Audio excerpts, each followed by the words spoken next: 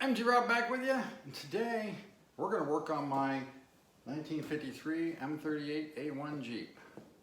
Now this is actually the military version of the Jeep, not the CJ3. But it doesn't want to run for more than a few minutes before the temperature starts climbing pretty high on it. So I think actually the thermostat is what's the problem. I think it might be stuck. But it came with brand new water pump, thermostat housing when I bought it, so I'm going to go ahead and do a water pump while I'm in there.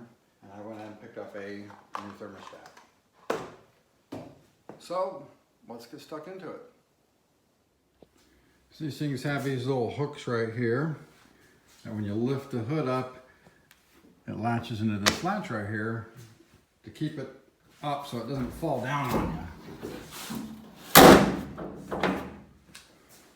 And of course the Army thought it was important enough to say, secure the hood in position before servicing. Of course, with the military, a lot of times you'd be working on them outside and a gust of wind could blow it down right on top of you. So this thing's had an aluminum radiator put in it sometime in the past. And it has the CJ3 civilian carburetor on it, and somebody kind of made their own intake here for it. And then I don't know quite what's going on with this wood block, other than I think it's just keeping the line in position because they decided to add a fuel filter in there. But it does still retain the waterproof distributor and a full 24-volt electrical system. Now I've never actually worked on one of these before, but it's my understanding you can take the bolts out that are right behind here, and then this whole grill folds down on these early models, making it much easier to service. Now, like I said, I don't know that the water pump's actually bad, because the new water pump has a metal impeller on it, and if the old one's metal impeller, it should be fine. But I have been smelling a little bit of antifreeze as I've been moving it in and out of the garage to get it out of the way to get the lawnmower out to mow the lawn. And then today we are up in the house garage, so it might be a little bit fun for me to work up here because I got very few tools. I'll be constantly running back and forth, and I got a really old needy cat up here that is always starving for attention, so she might be in my face a lot. But at any rate, the previous owner had messed with all this and had put a thermostat in it at one time, and he had noted some sort of an issue with the thermostat housing, like the bolt holes might be stripped. I might have to do some work there. We'll find out when I get into it. But let's get started. I'll drain the antifreeze out to start with and get the hoses off. All right, now I got almost all the antifreeze drained out of it. And then one thing that is nice is these bolt holes here, they're all slotted in the fender and in here, so you don't actually have to take any of the bolts completely out. You just have to loosen them, which makes field service really quick and easy. Army thinks of everything, don't they? So let's see. Evidently. Okay. Evidently with this aluminum radiator, it won't just slide forward because the fan hits the shroud. So I'll have to take the shroud out first. All right, let's try this again.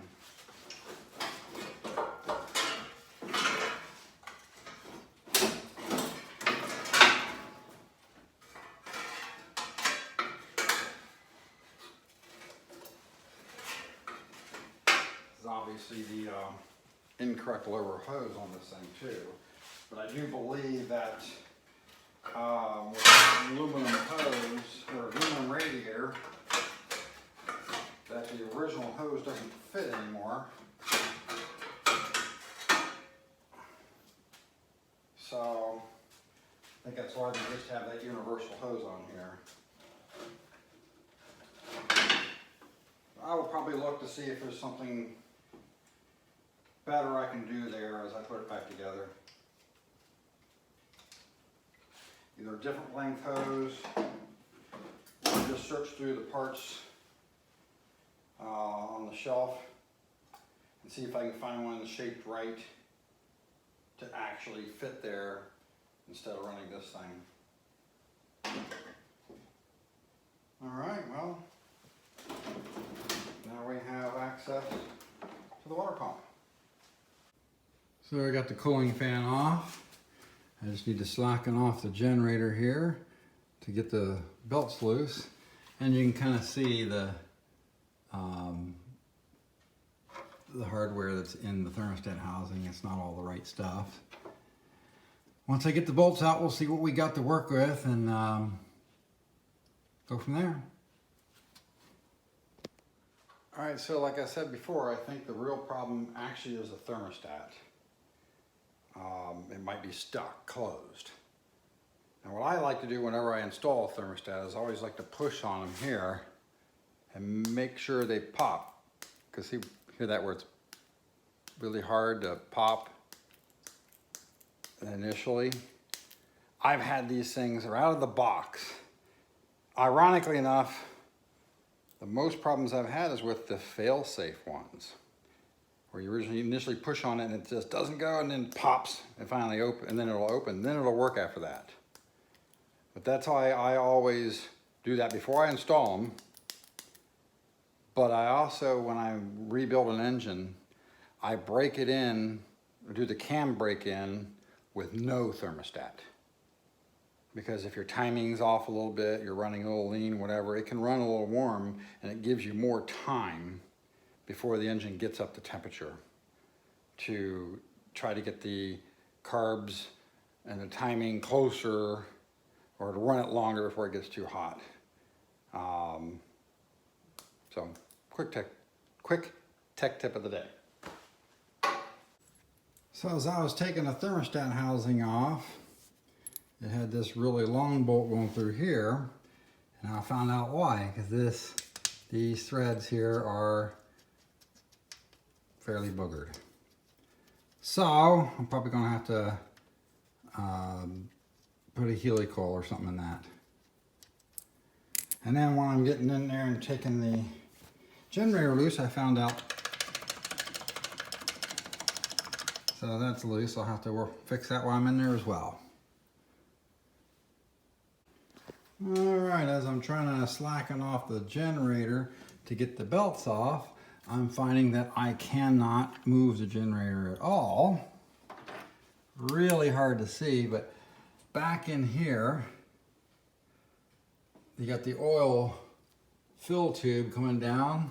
The generator is fully up against that with the belts tight. So somebody put slightly too short belts on here and just worked them onto the pulleys. So that means I'm going to have to look and try to get some slightly longer belts as well. Alright, well here's a type of thing that I run into all the time. Doesn't matter what you're working on, whether it's old Jeeps, old British cars, whatever. Whoever worked on this sometime in the past and replaced this bypass hose, went to evidently the local parts store and found a hose that would work, but it was too big. So they just wrapped electrical tape around the nipples here to take up some space to clamp it down. So yeah, I'll have to look. I was going to replace this hose anyway. I'll just have to try to find the right hose this time.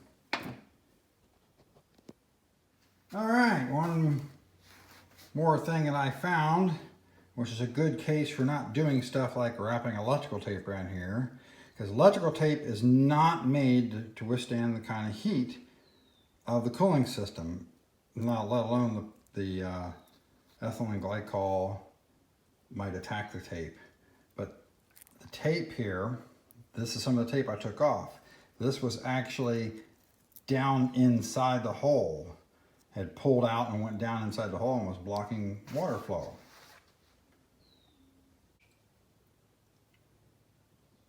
All right, right, now that's the water pump off.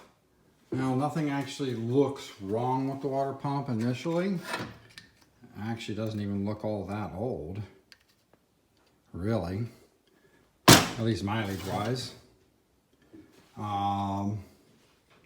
But we're going to change it what we got at a part because I got a new one. Now one thing that is good to do while we're in here is look at the condition of like these oil lines. This would be like the return line back into the timing cover, and this would be the pressure line going up into the oil filter. Now in this case it's a little bit difficult to assess these lines because they've been painted over with paint, so you see a lot of cracking on them in the paint. But also we got a fuel line here that may need replaced, or may be a good idea to replace. But anyway, that's the tear down.